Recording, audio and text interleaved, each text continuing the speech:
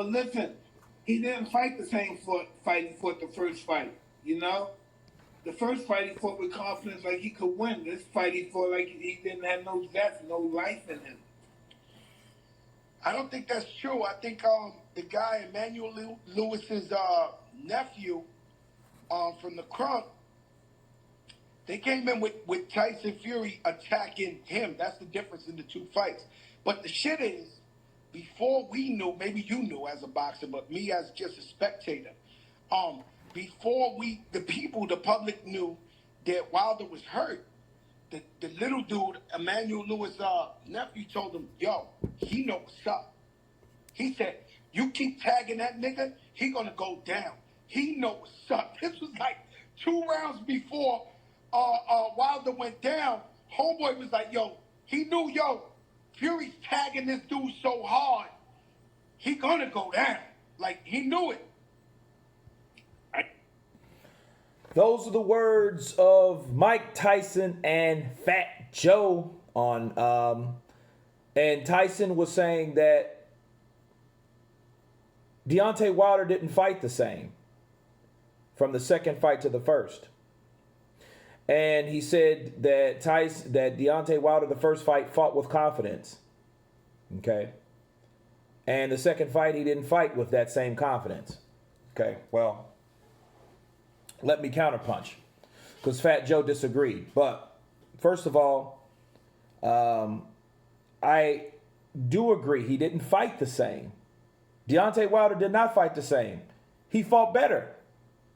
See, what a lot of people don't understand, me counterpunching Mike Tyson. Deontay Wilder was quicker.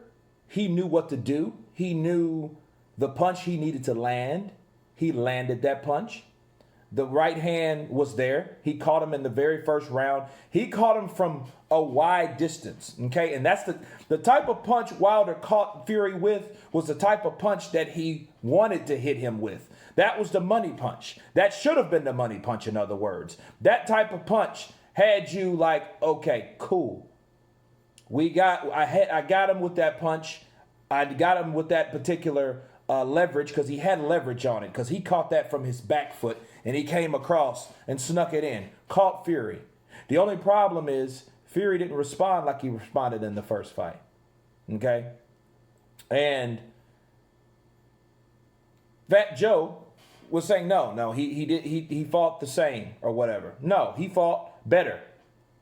Wilder fought better. He caught him with the right hands quicker. Okay?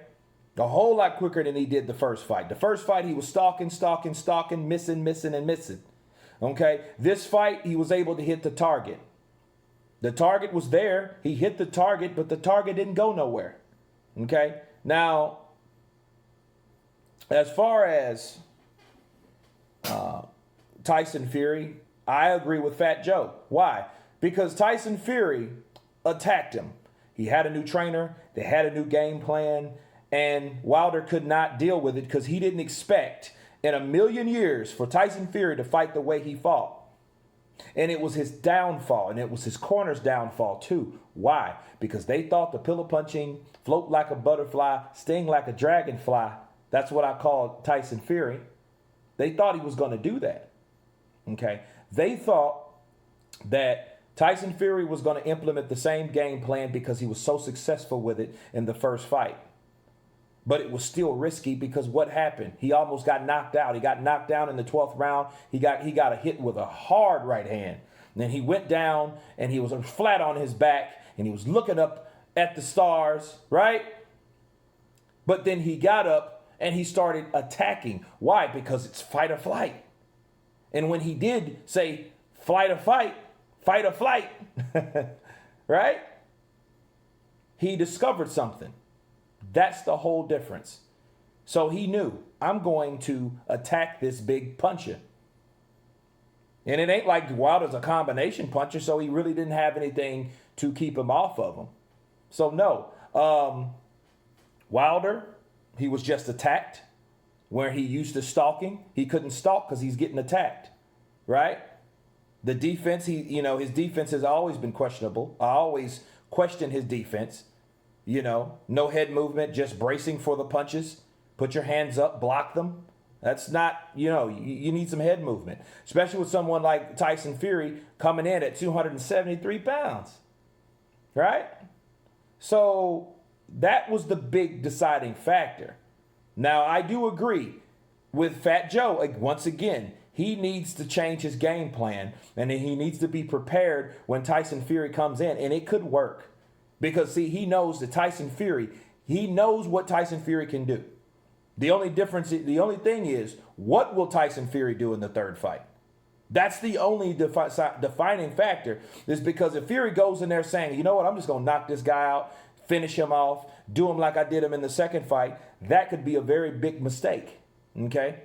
And I'll talk about that later on in a fight study. However, Mike Tyson, he keeps it 100 on the loss or whatever, but he says that he didn't fight the same. Now, a lot of channels, mind you, has tried to use this and say, oh, he didn't fight the same. He was like Joshua. He was kind of wobbly. I mean, he was wobbly because he got hit. Maybe one of those punches hurt him early. He never recovered from. Wilder is a proud, strong guy. So if the punches did hit him and hurt him, he would pretend that they didn't. But I mean, he did what he's supposed to, because unless you see his legs wobble and he does get hit with a punch, it's a mind game. Boxing is mental. It's very high percent mental. Okay? So he couldn't let Tyson Fury know that he was hurt, even though we've seen it, because we've seen it in his legs. Okay? He had that anvil of a costume on, right? So that, had his legs twitching and shivering, right? But in all, I'm going to agree with Fat Joe on that. Mike Tyson gives his take on it. You guys tell me what you think. Of course, please subscribe. And you guys been Counterpunch. Peace.